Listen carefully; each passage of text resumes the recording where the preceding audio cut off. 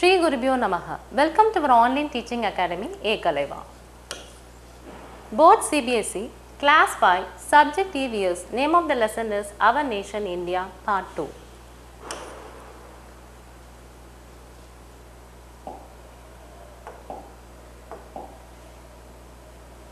Why do different regions look so different in this entire map? The entire place is called India, isn't it? Then why this region is different when you compare to this region again, and this entire region is different when you compare to other regions. Why is it so? This is because our India is a vast country and gifted with a variety of landscapes. You have mountains, plateaus, deserts, oceans and flatlands. In fact, we will call these nature features as physical or geographical features. Let's see the geographical features of India. 9 out of the 10 highest mountain peaks in the world are located in one mountain range.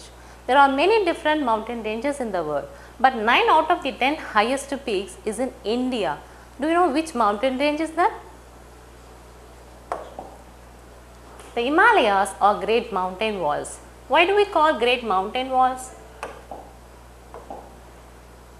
Because Himalayas act like a wall on our northern borders and protect our country from enemies. So it is called the great mountain walls. The word Himalaya is made up of two basic Sanskrit words. The word Him means snow in Sanskrit. The word Alai means abode or home in Sanskrit. So the word Himalaya means abode of snow in Sanskrit, because these mountain ranges are covered with snow throughout the year and it never melts. So it is called abode of snow.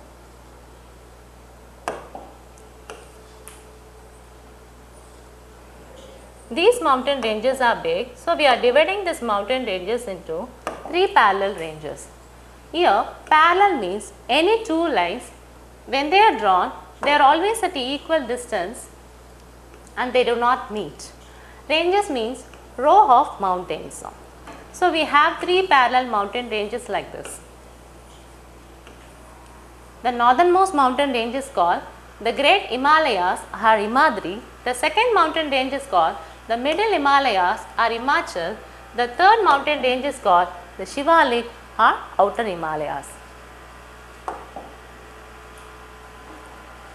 The northern mountain stretches from Kashmir in the north to Kanyakumari in the south. It stretches from Kashmir in the north to Arunachal Pradesh in the east. It is about 2500 kilometers. It is about 2500 kilometers. Its width varies from 240 to 320 kilometers.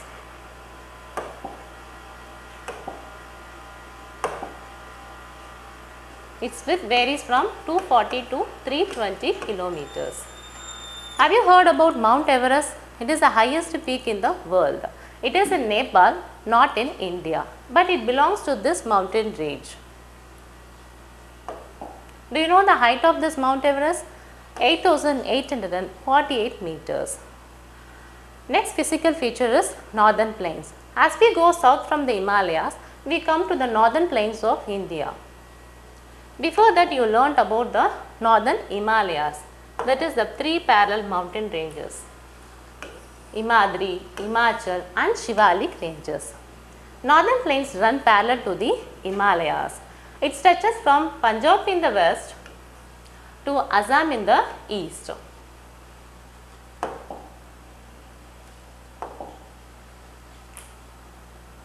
%40 of the total population of India lives in northern plains. Do you know why? Let's see.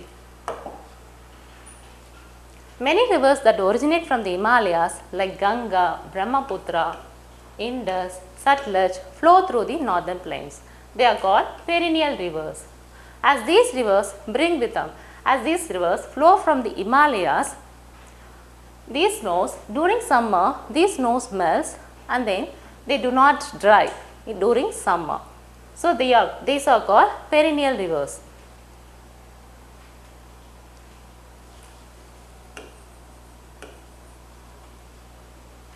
Many rivers originate from the Himalayas like Ganga, Brahmaputra, Indus, Satluj flow through the northern plains. These are called perennial rivers. These rivers are mainly fed by the melting snow of the Himalayas. During summer, the snow melts and these rivers are continuously have supply of water. They do not dry. So, they are called perennial rivers. These rivers bring with them a fine soil called alluvium. This alluvium soil is so fertile and it is good for cultivation of pulses, wheat, rice and sugarcane. Our northern plains is one of the most fertile region of the world and it is making a great source of income to the people who live there.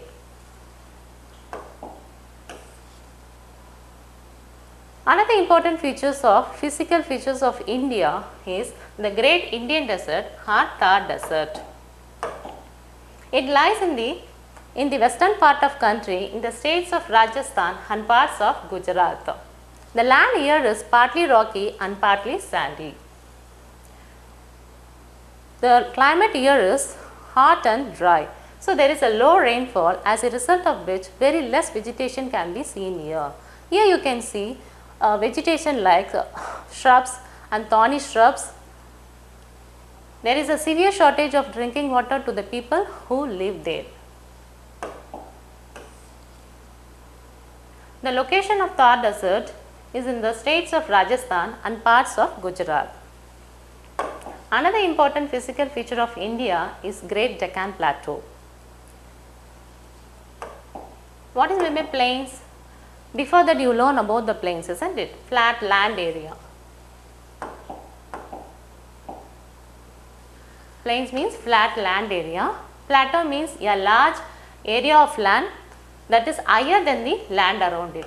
Plateau means a large area of land that is higher than the land around it. You can see the difference between the plains and the plateaus.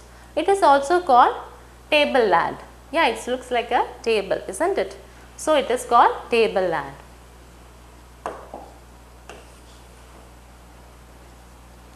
The southern part of India is called Peninsular Plateau. The Peninsular Plateau is triangular in shape. The Peninsular Plateau is triangular in shape. This triangular land area is surrounded by water on three sides by Arabian Sea in the west, Bay of Bengal in the east and Indian Ocean in the south. The Peninsular Plateau is divided into Central Island and Deccan Plateau. Let us learn about the Deccan Central Island. The part of the Peninsular Plateau lying to the north of the Narmada River is called Deccan Plateau. So, here the part of the Peninsular Plateau lying to the north of the Narmada River is called Deccan Plateau. These islands are surrounded by Aravalli Hills in the northwest and Vindhya Ranges in the south of the region. These islands include Aravalli Hills, Malwa Plateau and Chota Nagpur Plateau. Aravalli Hills is one of the oldest ranges in the world. The western part of plateau is called Malwa Plateau. The northeastern part is called Chota Nagpur Plateau.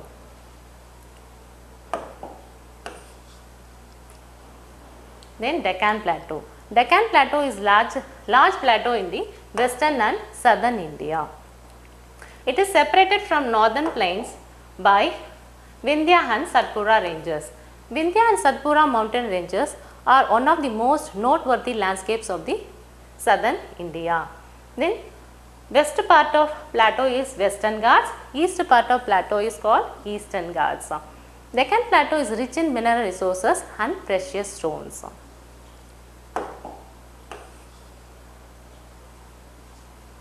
Many rivers such as Mahanadi, Godavari, Krishna, Kaveri flow through the Deccan Plateau. Rivers like Mahanadi, Godavari, Krishna, Kaveri flow from west to east and fall into the Bay of Bengal. Rivers like Narmada, Tapi flow from east to west and fall into the Arabian Sea. Most of the rivers of Deccan Plateau are non-perennial rivers, as these rivers are mainly depend on rain for water. During summer it dried up and and due to absence of rainfall.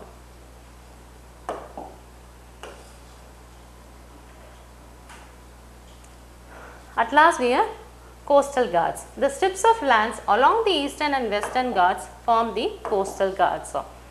Strips of lands along the eastern and western Ghats form the coastal Ghats. Coastal Ghats, before the session we have learnt about the coastal plains of India. The coastal plains of India is divided into eastern coastal plains and western coastal plains. Western coastal plains are separated by Arabian Sea and the Western Ghats. Eastern coastal plains lies between the Bay of Bengal and the Eastern Ghats. Here Ghats means mountains. Just outside these coastal plains we have two group of islands, Lakshadweep Islands and Andaman and Nicobar Islands.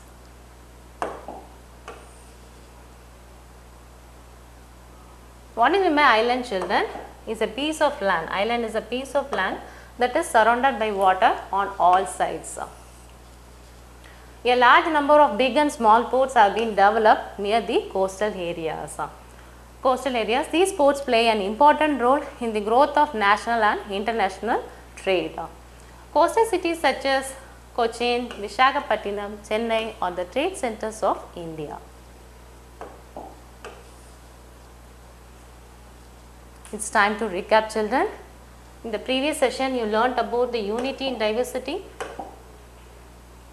That is, unity in diversity is unique to our nation, and India is an example for unity in diversity. And then location of India is completely in the northern and eastern hemisphere. Our neighboring countries, that is Pakistan, Afghanistan, and then China, Nepal, Bhutan, Bangladesh, Myanmar and Sri Lanka are the neighboring countries of India. As per the 2020 Act, India has 28 states and 8 union territories. Next, geographical feature of India. This is, we have seen the 3 parallel ranges in the northern mountains, that is Himadri, Himachal and Shivalik ranges. Next, the northern plains. In the northern plains we have seen the maximum concentration of population lives in the northern plains because of the perennial rivers and alluvium soil. It makes the northern plains one of the most fertile region in this area of the world. Then in the Peninsula Plateau it is divided into Central Island and Deccan Plateau, and then in the Deccan Plateau we have seen the non-perennial rivers and Western Ghats and the Eastern Ghats. At last the coastal plains of India, that is so it's time to recall, children. We have completed almost all the physical feature of India. I hope you all enjoyed the session, children.